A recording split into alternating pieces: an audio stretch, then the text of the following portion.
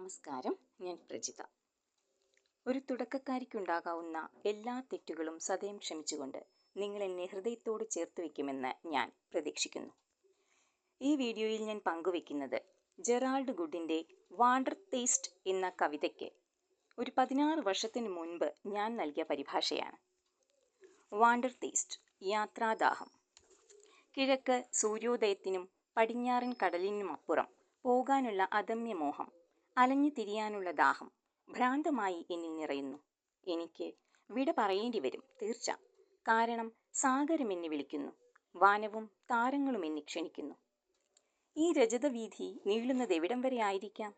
ഈ നീലമലകൾ പോകുന്നത് എവിടേക്കാകാം? എനിക്കറിഞ്ഞുകൂടാ. നിങ്ങൾക്കോ? എങ്കിലും സൂര്യൻ കൂടെയുണ്ടാകും, ഒരു സുഹൃത്തായി, മാർഗദർശിയായി, ഒരു താരവും. ഒരിക്കൽ ആ ക്ഷണം സ്വീകരിച്ചു കഴിഞ്ഞാൽ, ആ വിളി കേട്ടുകഴിഞ്ഞാൽ പിന്നെ ആ യാത്രയ്ക്ക് അന്ത്യമില്ല. പക്ഷേ കിളികൾ എന്നെ വിളിക്കുന്നു, നദികളും വീഥികളും എന്നെ സ്വാഗതം ചെയ്യുന്നു. രാത്രിക്കും പകലിനും അപ്പുറം അനന്തതയിലേക്ക് നീണ്ടുകിടക്കുന്ന ചക്രവാളം. പഴയ കപ്പലുകൾ തിരിച്ചു വരുന്നു, പുതിയവ തുഴഞ്ഞു പോവുകയും.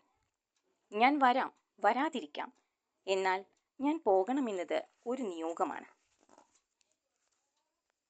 പോകുമെന്നത് തീർച്ചയും. എന്തുകൊണ്ടെന്ന് ആളുകൾ അന്വേഷിക്കുമ്പോൾ സൂര്യനിലും നക്ഷത്രങ്ങളിലും അതിരുകളില്ലാത്ത ആകാശത്തിലും രജതവീഥിയിലും നിങ്ങൾ കളങ്കം ചാർത്തുമായിരിക്കാം.